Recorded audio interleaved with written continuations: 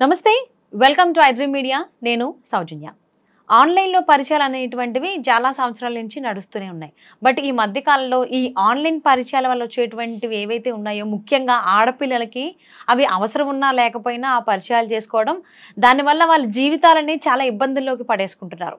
So ఇలాంటి చాలా stories మీరు వినే ఉంటారు. అందులో ఒక స్టోరీ ఇప్పుడు దానికి సంబంధించి ఎందుకు అలా అవుతున్నారు, ఏంటి, దాని నుంచి ఎలా బయటపడాలి, ఇలా ఎన్నో విషయాలని మనకు తెలియచేయడానికి ఈరోజు మనతో పాటు ఉన్నారు senior journalist and family counsellor Priya Chowdary గారు ఉన్నారు. వారితో మాట్లాడదాం. నమస్తే అండి. నమస్తే.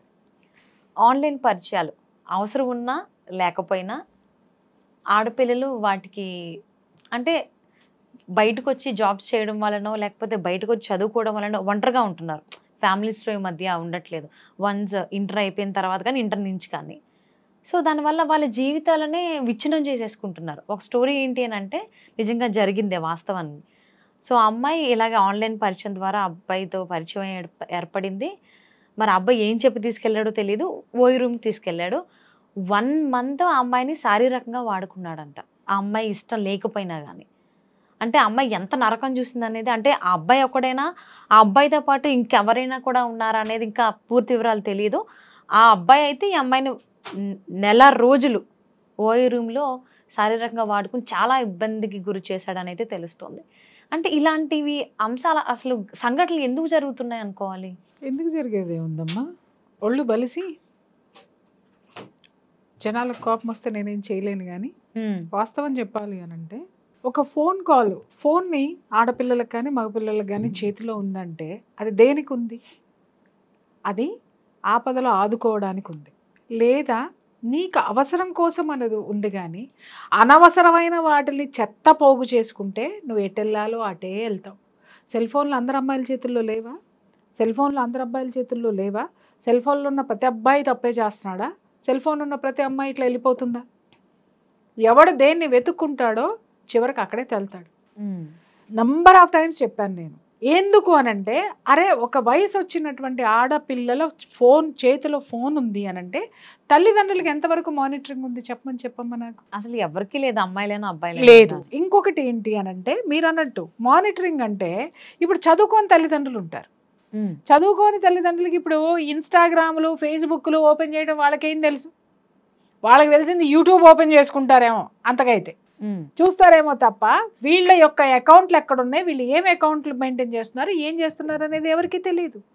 ఇక్కడ 2 విషయాలు ఏంటి అనంటే, ఒకటి ఆడపిల్లలు అంత తేలిగ్గా నమ్మేసేసి గడప దాటడం అనేది. రెండో విషయం ఏంటంటే, ప్రపంచం ఇలాంటి ప్రమాదపట అంచుల్లో ఉన్నా కూడా ఇలాంటి ఓయో రూమ్లు అనేటటువంటి కాన్సెప్ట్ని పెంచి పోషిస్తున్నటువంటి ప్రభుత్వానికి కూడా చాలా తప్పు ఉంది దీంట్లో. ఎందుకు అనంటే, ఓయో రూమ్లకి ఇవాళ మైనర్లు వెళ్తున్నారు. ఓయో రూమ్లకి ఇవాళ మీకు ఇంకొక అందరి పేరెంట్స్ తెలుసుకోవాల్సిన విషయం ఏంటంటే, ఇవాళ మీరు పబ్బులు తీసుకోండి, క్లబ్బులు తీసుకోండి, ఓయో రూములు తీసుకోండి, రాసిస్తాను, కనీసం దాంట్లో 40% మైనర్ ఆడపిల్లలు మగపిల్లలు ఉన్నారు. ఎలా అలౌ చేస్తున్నారండి? ఆధార్ కార్డులు అయిందే ఎక్కడ అలౌ చేయరు. మీరు పబ్బుల్లో తీసుకోండి, ఆధార్ కార్డు ఉండాలి. క్లబ్బులకు వెళ్ళండి, చిన్నపిల్లలు ఉంటే ఇలాంటి యాటిట్యూడ్స్ ఉంటే ఆధార్ కార్డుగా. ఓయో రూముల్లో కూడా ఆధార్ కార్డులే ఉంటాయి కదండి అని అంటే మీరు అనొచ్చు వాళ్ళందరి దగ్గర ట్రాక్ ఉంది. ఇప్పుడు మీరు పోలీసులు వెళ్ళి రైడ్ చేసినా కూడా ఒక క్లబ్ వాడు కానీ పబ్ వాడు కానీ ఓయో రూమ్ వాడి మీద ఒక్క కేసు కూడా ఉండదు. కారణం ఏంటి అని అంటే, పర్ఫెక్ట్గా ఉంటాయి ఇవన్నీ. ఆధార్ కార్డు ఉంటుంది, ఆధార్ కార్డులో ఖచ్చితంగా వీళ్ళు మేజర్లే. కానీ ఇక్కడేంటి అనంటే, ఆ ఆధార్ కార్డులు ఒరిజినల్ కావు. ఓకే, పిల్లలు టెక్నాలజీని ఎంత అద్భుతంగా మన పిల్లలు వాడుకుంటున్నారు అనేది మనం ఇవాళ పండగ చేసుకోవాల్సిన విషయం. ఓయో రూమ్స్ మేనేజ్మెంట్ వాళ్ళు కావచ్చు, లేదంటే ఈవెన్ పబ్స్ వాటిల్లో ఎంట్రీ చేసేటప్పుడు కానీ అసలు కనీసం ఏదో ఒక పలుకుబడితో వాళ్ళు ఎంటర్ అవుతారు తప్ప పలుకుబడి అవసరం అసలు లేదు. అంటే ఆధార్ కార్డు అడగరు. ఇది చాలా ఈజీ అమ్మా. ఎవరు చెప్పినారు పలుకుబడి అడగరు? పలుకుబడితోటి వెళ్ళడం అనేది వాళ్ళంత రిస్క్ తీసుకోరు. అన్ని చోట్ల అంత రిస్క్ తీసుకోరు. ఏదో కొన్ని చోట్ల పలుకుబడితోటి అలౌ చేసే పబ్బులు చాలా పెద్ద హైఫై దీంట్లో ఉంటాయి కాబట్టి వాళ్ళ జోలికి ఎవరు వెళ్ళరు. కానీ కింద ఉన్న పబ్బులు బోళ్ళని ఉన్నాయి, పుట్టకొడుకులాగా బోళ్ళని ఉన్నాయి కదా మన దాంట్లో. ఎలా ఉన్నాయి అంటే ఇవాళ ఈ పబ్బు కల్చర్ అనేటటువంటి తీసుకొచ్చినటువంటి పెద్ద మనుషులు ఎవరైతే ఉన్నారో ఆ పెద్ద మనుషుల్ని తీసుకెళ్ళి దాన్ని ఏమంటారు, ఆ గండిపేట చెరువులో ముంచి లేపి మళ్ళీ లెగవకుండా ముంచేయాలన్నమాట. అసలు ఈ పబ్బు కల్చర్ మనదా? ఎక్కడి నుంచి తీసుకొచ్చి ఇచ్చారమ్మా? దేనికోసం వచ్చినాయమ్మా ఇవన్నీ? మన సంస్కృతికి హద్దులు దాటేసి మనం తీసుకొచ్చి ఇది పెట్టినప్పుడు ఎంజాయ్మెంట్ అనేటటువంటి దాన్ని యువత ఉర్రూతలు ఊగిపోతుంది, దాని వైపుకే వెళ్తుంది. ఎందుకంటే యువతకి బాధ్యతలు తెలియదు. ఉడుకు రక్తం, ఆ రక్తం ఎప్పుడూ కూడా అదేంటి ఎదుటివాడిని ప్రశ్నించేటటువంటి దిశగా ఉంటుంది, తన కోసం తన ఆలోచించే దిశగా ఉంటుంది. అందుకే చూడండి, ఉద్యమాలు నడిపేటప్పుడు కూడా యువత ఉంటారు. యువత ఉంటేనే ఆ ఉద్యమం సక్సెస్ అవుతుంది. ఇంకా ఏదైనా సరే మీరు పోరాటాలు చేయండి, ఆ పోరాటాల్లో యువత ఉంటేనే ఇది ఉంటేనే అది సక్సెస్ అవుతుంది. కారణం ఏంటి అనంటే వాళ్ళది బాయిల్డ్ బ్లడ్, ఉడుకు రక్తం. ఆ ఉడుకు రక్తం ఏమవుతుంది అనంటే కొన్ని సాహసాలు చేయడానికి పురుగొల్పుతుంది అది. ఆ సాహసాలు సామాజిక చైతన్యానికో లేకపోతే వాడి యొక్క ఉన్నతికో ఉపయోగపడితే వెల్ అండ్ గుడ్. కానీ అదేవి ఇవాళ మనం వాడికి అనవసరమైనటువంటి వాటిలన్నిటిని తీసుకొచ్చి ప్రోధి చేసి అక్కడ పెడితే పబ్బులు పెట్టేవాడిది తప్పులేదు, పర్మిషన్ ఇచ్చేవాడిది కూడా తప్పులేదు. కానీ ఆ పబ్బులు నీ బిడ్డల భవిష్యత్తు నాశనం చేస్తున్నా మూసుకుని కూర్చుని ఉన్నావు చూసావా నువ్వు? అవి అలా కొనసాగుతున్నా అడగలేని నీ దుస్థితి ఉంది చూసావా? దానికి ఒక్కసారి అద్దం ముందు నిలబడి ఎవరి ముఖం మీద వాళ్ళు ఉమ్ముకోవాల్సినటువంటి సిచ్యుయేషన్ ఇది. అండర్స్టాండ్? ఇవాళ ఓయో రూముల్లోకి వెళ్ళి ఆడపిల్లలు నాశనం అయిపోతున్నారండి. ఓయో రూములు పర్మిషన్ వచ్చిన రోజు నువ్వు ఎందుకు నోరు మూసుకుని కూర్చున్నావండి చెప్పండి. మనకు తెలిసే 1%ఏనమ్మా, తెలియనటువంటి 99% పరువు కోసం నోరు మూసుకుని కూర్చుంటున్నారు పేరెంట్స్ అందరూ.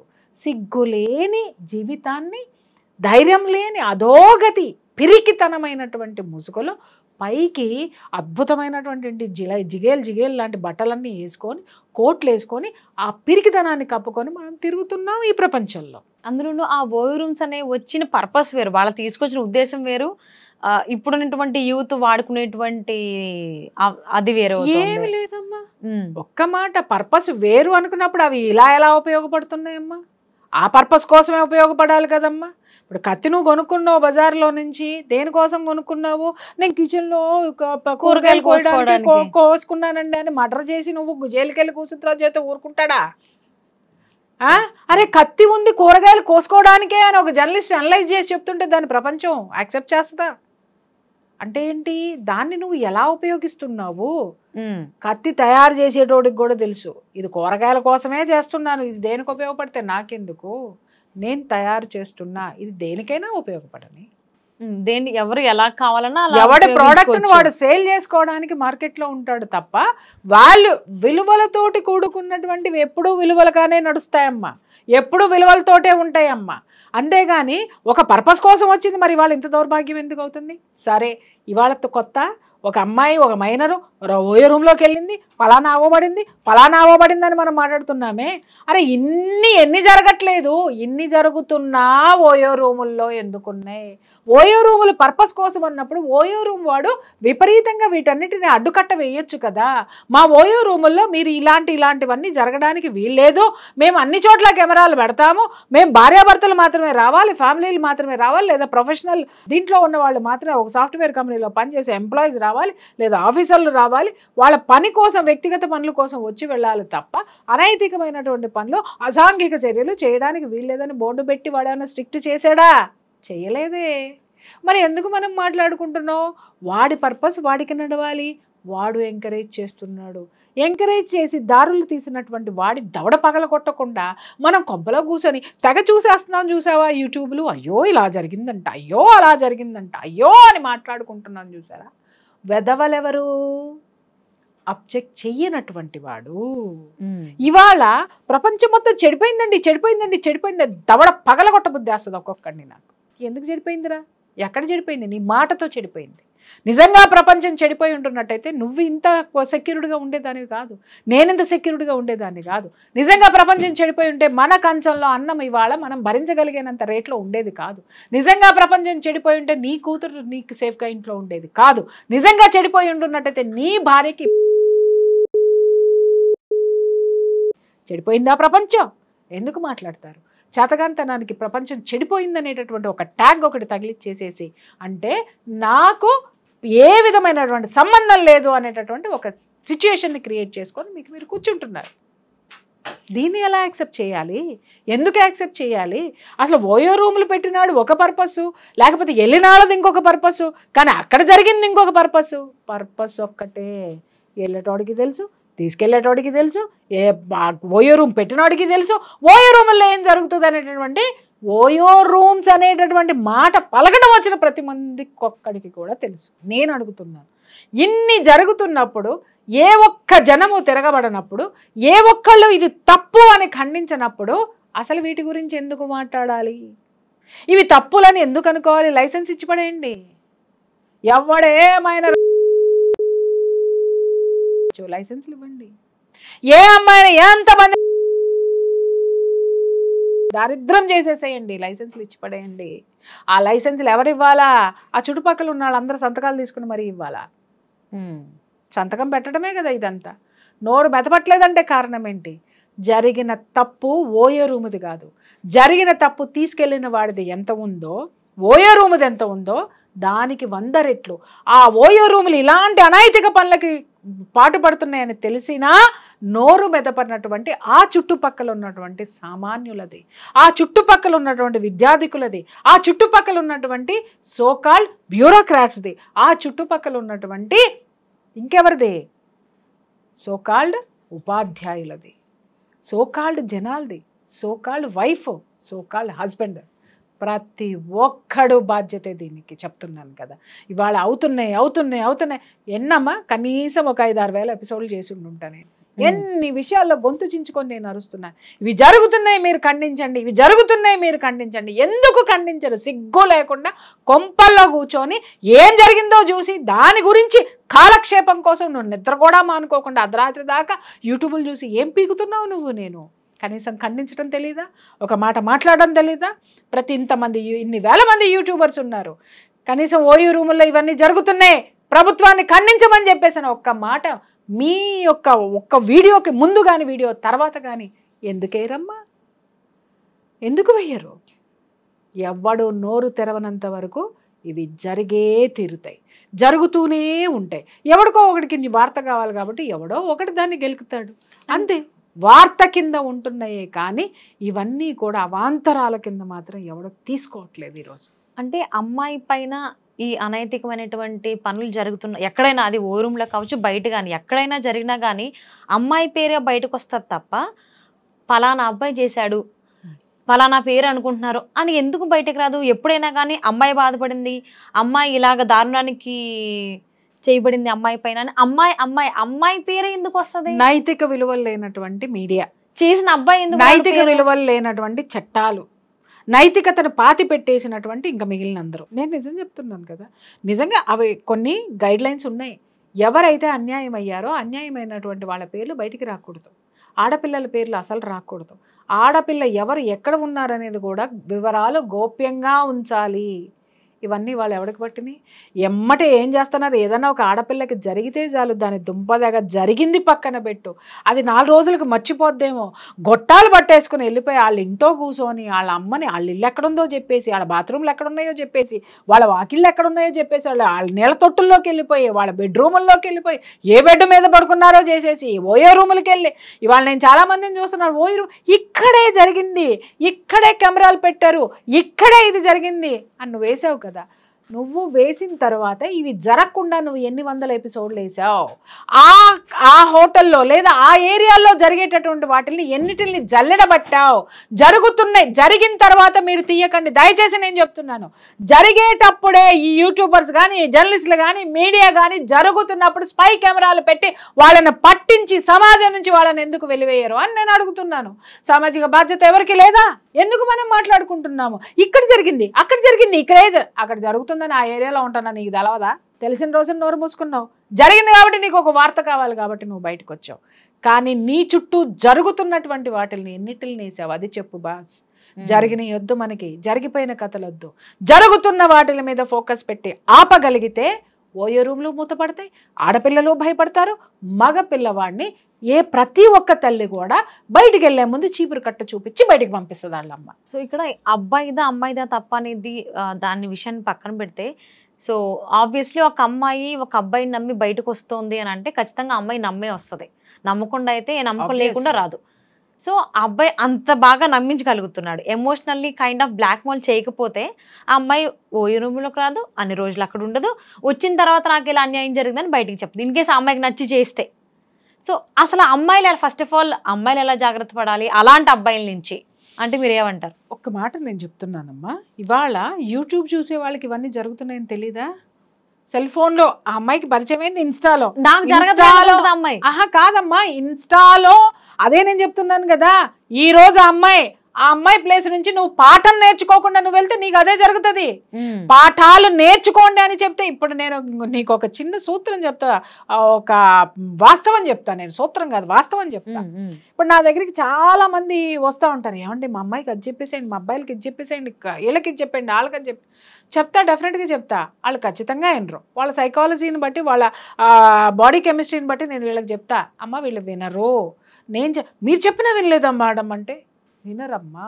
అందరూ వినరు, చాలా మంది వింటారు, కానీ కొందరు వినరు. ఎప్పుడు వింటారు వాళ్ళు?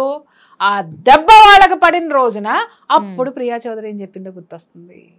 ఇప్పుడు ఆ అమ్మాయి మోసపోయింది కదా, అప్పుడు ఎతుకుతుంది అనమాట. అప్పుడు పెడుతుంది, మీరు ఇలా మోసపోకండి, ఈ విధవలు ఇలాగే ఉంటారు, ఈ దుర్మార్గులు ఇలాగే అవుతారు. అయిన తర్వాత రియలైజేషన్ వస్తుంది ఈ పాపలకి, ముందు రాదు. ఎన్ని ఎపిసోడ్స్ చేశాను, ఎన్ని గొంతు చించుకు చాలా మంది మదర్స్ చెప్తారు, మా పిల్లలకి మీరంటే పడదండి, ఎందుకంటే మీరు చాలా హార్ష్గా మాట్లాడతారు, ఆడపిల్లల గురించి చెప్తారు అని. మరి పడదు, ఎందుకంటే ఎప్పుడు పడుతుంది?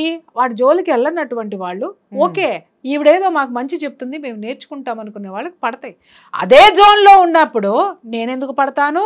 వాళ్ళు పడతారు. ఆ తర్వాత ప్రపంచం నుంచి కూడా చాలా పడతారు.